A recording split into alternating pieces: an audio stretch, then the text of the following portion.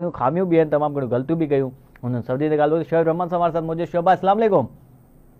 क्या हाल है सूरज? शोएब भाई बिल्कुल ठीक ठाक। वो थोड़ा इंट्रो थोड़ा लंबा हो गया क्योंकि बड़े जज्बात हैं हमारे अंदर। वही आपकी बात के हिटलर वाला काम करना चाहिए क्योंकि उन्होंने 5 दिन लगातार मैच को देखा, आखिर में ड्रा हो गया।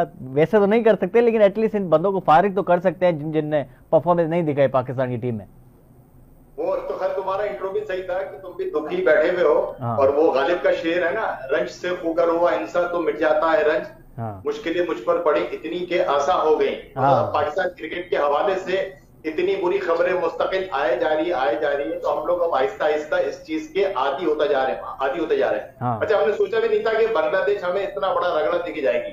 बिल्कुल। मतलब कि वो बांग्लादेश जिसको हम किसी गिनती में नहीं देते थे, छोटा कट बंगाली काला रंग, मतलब हम लोगों ने कितना उनका मजाक उड़ा रखा था। वो कहते हैं कि टके के बंदे हो आप, लेकिन आज टका पता नहीं कहाँ पहुंच गया है ना। आज वो हमें पिंडी के अंदर हरा के गए। हाँ। मकसद आप देखो, और एक भी नहीं 2-2 टेस्ट मैच हमें हरा के जा रहे हैं। तो बस बहरहाल अब क्या कह सकते हैं कि ये हमारे खुद बोया हुआ बीज है जो हमारे सामने आ रहा है। इसमें कोई भी कसूरवार दूसरा नहीं है। हाँ। कसूरवार हमारा बोर्ड है, हमारी मैनेजमेंट है, और फिर वो हमारे प्लेयर हैं कि जिन्होंने अपनी ड्यूटी अंजाम नहीं दी। शोएब भाई अगर हम ओवरऑल अगर मिस्टेक्स की बात करें, गलतियों की बात करें, तो बेताशा है, किताब लिखी जा सकती है इन पूरी मिस्टेक्स के ऊपर, गलतियों के। पहले तो शुरुआत कर लेते हैं अजहर महमूद साहब की प्रेस कॉन्फ्रेंस से, जो पहले मैच के पहले दिन के बाद उन्होंने प्रेस कॉन्फ्रेंस की थी। पाकिस्तान ने अर्ली डिक्लेयर किया था पहली इनिंग को, उसके बाद जो बांग्लादेश ने कोई 150 रन की लीड दे दी थी। और अजहर महमूद साहब कहते हैं कि पिच ने हमें सरप्राइज किया, जैसे हम तवक्को थी पिच से वैसी नहीं हुई। यानी वहीं पे हमारा फेलियर शुरू होता है कि अपनी पिचेस को अगर हम नहीं जान सके। और ये अजहर महमूद वही है जो रावलपिंडी और इस्लामाबाद में रहते हैं, कई साल वहां पे बिताते हैं और बचपन से वो बेसिकली वहीं पे रहते हैं, उन्हीं गलियों में वो खेलते रहे। उनको पिच का नहीं पता।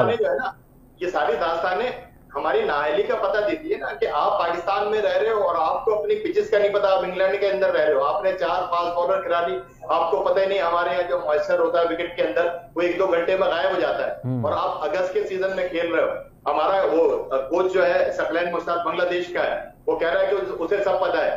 तो अजहर महमूद इंग्लैंड में 8-10 साल से रह रहे हैं, वो पैदा यहाँ पर हुए, क्रिकेट यहाँ पर खेली है, सब कुछ उनको यहाँ पता है। मगर वो मेरे ख्याल से ऐसे शायद बिहेव कर रहे थे कि वो पाकिस्तान की विकेटों को भी इंग्लैंड की विकेट समझ के बैठे थे। हाँ, वो तो शुरुआत ही यहाँ से हो गई। उसके बाद आपने 4 फास्ट बॉलर ले लिए, जब हमने पहले टेस्ट मैच की बात कर रहे थे आप, और उसके अंदर आपने सारे कोई स्पिनर नहीं रखा। उसके बाद फिर आप देखो ना, आपने 458 कर लिए थे, आप बांग्लादेश से 100 रन की लीड लेके चले गए। वहां की अजब दास्तां है, इस टेस्ट की भी अजब कहानी है।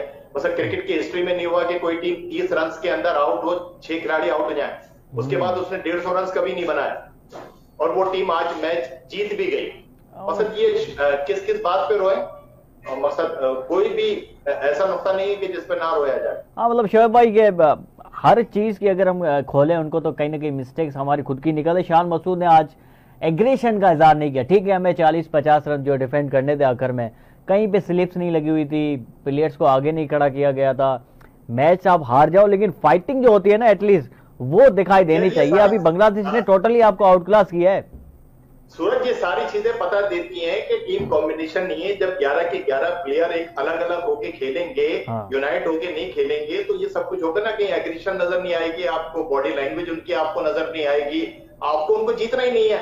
आपके क्या मतलब, मुझे तुम्हें इतना दुख है, तुम क्या समझते हो? क्या बाबर आजम को इतना दुख होगा, या रिजवान को, मोहम्मद रिजवान को इतना दुख होगा? उनके चेहरों पे दिखाई तो नहीं दे रहा था शोएब भाई, उनके चेहरों पे तो एक लम्हे के लिए भी यही नहीं दिखाई दे रहा था कि पाकिस्तान मैच ही हार रही। तो वहां पर भंगड़े डालना होगा कि मुझे निकाला और हार गए। मैं तुम्हें लिख के कह रहा हूं कि ये लोग इतने मुनाफिक लोग हैं, इनके सबके ये अवाम जो 24 करोड़ अवाम है ना, सिर्फ वो दुख का इजहार कर रही है। मुझे और तुम्हें दुख है, मतलब हमें खाना नहीं खाया जा रहा, अफसोस का मकाम है, बिल्कुल सूख किसी कैफियत दे।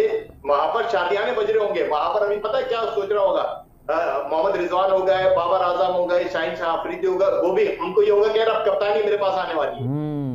मैं तुम्हें लिख के दे दूं, उन सब के चेहरों पे खुशियां होंगी कि चलो शान मसूद जाएगा तो अब कप्तानी मेरे पास आने वाली है। शुरुआत तो कहीं ना कहीं गलती मेरे ख्याल से पीसीबी की है यहाँ पे। जब सरफराज अहमद के अंडर में एक प्रॉपर तरीके से टीम आगे जा रही थी, शहदाब भी परफॉर्मेंस दिखाई दे रही थी, शहदाब की तरफ से भी हसन अली भी परफॉर्म कर रहा था, इवन हर कोई अपनी अपनी जगह परफॉर्म कर रहा था। Sarfaraz Ahmed as a leader जो है लीड कर रहे थे टीम को, उसके बाद सडनली एक बंदे को आप हटाते हैं जो आपको चैंपियंस ट्रॉफी जिता के देता है, नंबर 1 आपकी टीम रहती है काफी अरसे तक, उसको हटा के आप तीसरे बंदे को पर्ची के ऊपर लेके आते हैं, फिर तो ऐसे ही आप एक्सपेक्ट कर सकते हैं। और क्या, वो एक और शेर है ना, हम तो वो है जानी जो खुदा को भूल गए, तुम किस गुमां में हो जानी।